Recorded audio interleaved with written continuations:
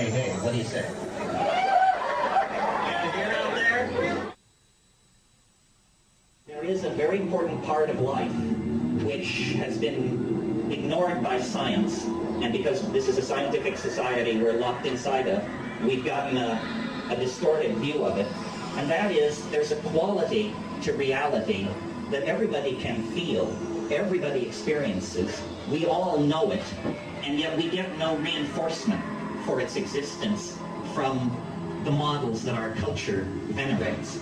And what I want to talk about is what I call novelty, or the appetite for complexity that permeates nature, that is in fact as fundamental a law of nature, if not more fundamental, than the laws of thermodynamics themselves. And this is the idea that nature loves complexity, and wherever it achieves complexity, in a membrane, in the center of a star, in an organism, in a breeding population of animals or plants, wherever it achieves complexity, it seeks to preserve it, and it seeks to use it as a platform for further complexity. This is what the universe is. It's a complexity-generating engine of some sort, on all levels, not only in biology, but in physics. If you look backward in time, the universe becomes more simple. 1 million years ago, there was no human civilization. 100 million years ago, there were very few mammals. 1 billion years ago, life had yet to emerge onto the land. 5 billion years ago, the planet itself was in the process of condensing. If you go back to the domain of the Big Bang, you find a world, a universe of pure electron plasmas, not even atomic systems, still less molecular systems. All that lies in the future. So in a sense, as the universe ages, as it cools, it complexifies. It becomes more novel. And biology on this planet, since we only know of its presence here and in a Martian meteorite discovered last summer, complexity on this planet finds its quintessence in animal life, still more in ourselves. The reason I mention this is because the scientific model of reality tells you that we are the chance-created witnesses of an essentially valueless universe. Chance and necessity. This is the chant of science. But looking at the record, it appears nature favors organization, favors complexity, and therefore favors ourselves. Because we represent animal complexity plus culture, plus phonetic alphabets, plus high technology. So the universe has put all of its eggs, or at least the processes of evolution on this planet, have placed all their bets in the human world. But this raises the stakes, makes the situation far less existential, and makes what we do with our human freedom a matter of great import. It turns out we count. We are more than witnesses. We are more than victims.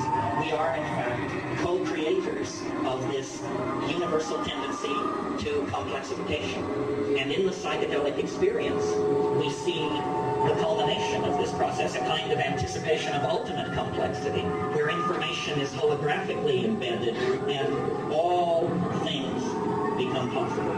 All things are now possible in the human world. Reductionist biologists have said of life itself, it's a kind of iridescence on matter. Other people say mind, conscious mind, is a kind of iridescence on biology. These are all sort of ways to dismiss what we experience as most fascinating and most beautiful.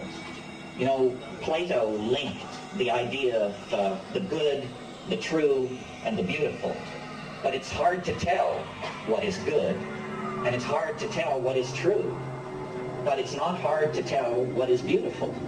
So if you follow beauty, I think you can be pretty clear that you're not going to fall too far from the path of righteousness.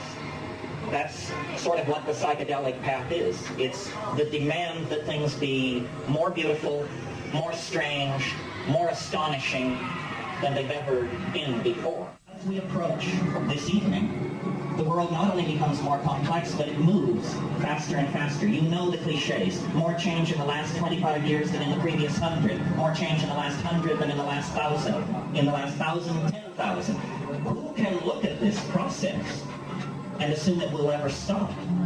But who has looked at this process and asked themselves what will happen if it doesn't stop? Because if there has been more change in the last 20 years than in the previous 100, then in the next 5 there will be more change than in the last 1,000. And eventually you get to the notion of a universe that undergoes half of its evolutionary unfolding in the last hour and 35 minutes of its existence. This is, in fact, the kind of universe we are living in. What we have been told is that a process is pushed from behind by causal necessity, like a row of falling dominoes. Cause precedes effect. This is half the story. Half of what you see going on is simply the unfolding of causal necessity. But at a deeper level, the future is not simply empty space-time into which we are expanding. The future is pulling us toward itself. There is what I call the transcendental object at the end of time, or the eschaton, which means the last thing. The last thing is like an enormous attractor, which is pulling first biology, and then human history, and then the 20th century and all of our lives embedded in it, pulling us deeper and deeper into a relationship of self-reflection with it.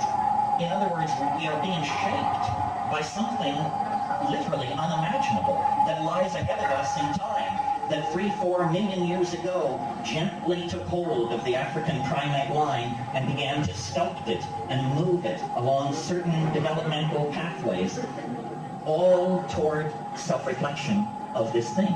And now we are cosmic moments away from encountering this thing. This is what the excitement of shamanism worldwide is now. Shamans are people who can see the end in some sense. Not that the end is predetermined. When you look into the future, you don't see something like the past, except that it hasn't happened.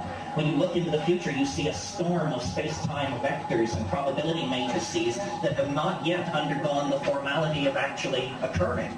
That's the business of the present moment, to collapse that hyperdimensional set of space-time vectors into a here and a now with a causal identity and a vector toward the future. But we are now so close to this transcendental object that has molded the entire destiny of this planet. We are now so close to it that all you have to do is smoke a bomber, close your eyes, take a walk in the bush, sit on the beach, pay attention to your dreams, watch your mind after orgasm, and you will see this thing peeping around the edges, creeping in at the side. I mean, was it Williams Wordsworth who called it intimations of immortality? Something like that. We are not simply the victims of our past. This is the false truth of materialism and positivism. We are locked in an extremely mysterious relationship with something in another dimension, a dimension which, for want of a better word, we call the future. But in fact, this other dimension completely surrounds and encloses human history.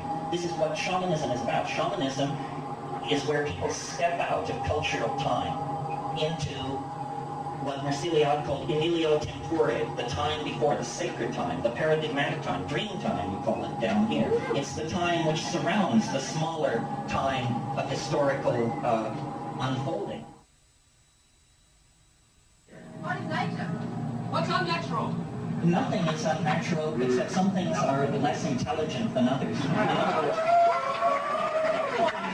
Everything has a design, but elegance of design is still a worthwhile value. Nature, the interesting thing about nature is the risks that she's willing to take. Like if you ask yourself, what does nature do best on this planet?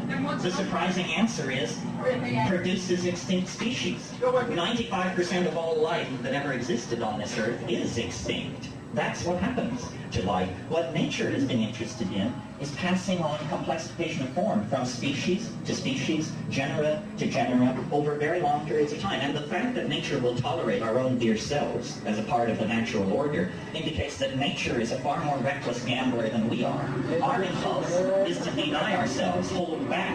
Nature's impulse, apparently, is to put the pedal of creativity to the metal by taking a primate and pushing it to the wall, boxing it in, raising the pressure, and watching the entire planet bubble its way toward metamorphosis. The whole point of psychedelics is to throw you back on your own experience. It's not an ideology. It is an experience. It may spawn this or that ideological interpretation. Marxists have something to say. Freudians have something to say. But it's not theirs. It's yours. It belongs to the animal body. And why it's so important is because it is a pipeline back to the greater order of nature, which I call the Gaian mind. It is the pipeline back toward a dynamic, a way of doing things that is profoundly natural, profoundly appropriate. This is why it was possible for human beings to live on this planet for 100,000, 200,000 years, possessing language, theater, humor, so on, everything we have, but not fucking up. Because they were embedded in, communicating with, aware of, and able to receive instruction from the Gaian intentionality. A mushroom once said to me, I mean, maybe the mushroom likes to sit on its backside, but the mushroom once said to me, if it ain't simple, you haven't thought about it long enough.